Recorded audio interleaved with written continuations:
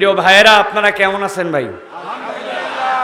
যেইসা গরম, ঘেমে ঘেমে আমরা হালকা বাতাস পাওয়ার পরেও শেষ, আর আপনারা যে নিচে কেমনে কষ্ট করে বসে আছেন, এটা কোরআনের নিরেট মোহাব্বত ছাড়া আসলে আসাও সম্ভব নয়, বসাও সম্ভব নয়, ঠিক কিনা?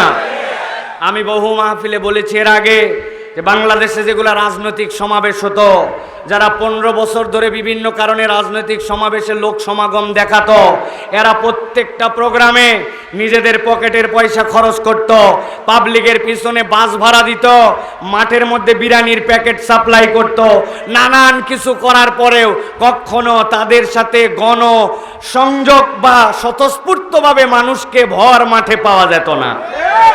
আর রাত 11টা হলে তো অসম্ভব ব্যাপার, মাইক আলাও চলে যেত, ঠিক কিনা?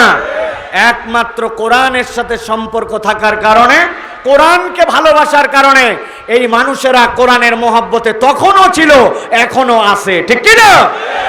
অতএব প্রিয় ভাইয়েরা, কোরআন থেকে মানুষকে বিচ্যুত করা, বিচ্ছিন্ন করা, কোরআনের পক্ষের মানুষকে কষ্ট দিয়ে কোরআন থেকে দূরে সরানো যাবে না। বরং যারা দূরে সরানোর চেষ্টা করেছে, করছে, করবে, যুগে যুগে ভেগেছে, ভাগবে তারাই। একমত আপনারা?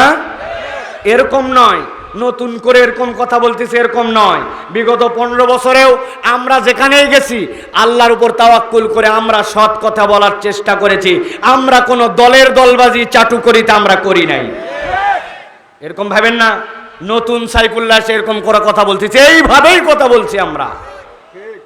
আজকে অনেকেই এই সাফল্য আসার পরে এটাকে কুক্ষিগত করার চেষ্টা করে, আমরা করেছি, আমরা করেছি।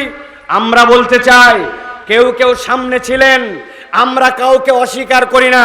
তবে জেনে রাখবেন, এই ময়দানটা যদি এমনি পড়ে থাকতো, হয়তো ফসল উঠাতে পারি নাই, কিন্তু এই ময়দান যদি এমনি পড়ে থাকতো, এখানে আগাছা হইতো, ওই আগাছায় আপনার ফসল আর আসতো না।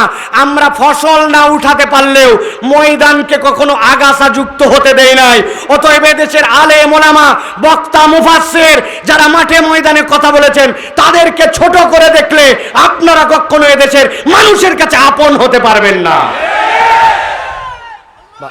ভালো করে মনে রাখবেন এইটা, কেননা হাফেজ, আলেম, খতিব, বক্তারা এই ময়দানে অনবরত কথা বলেই গেছে।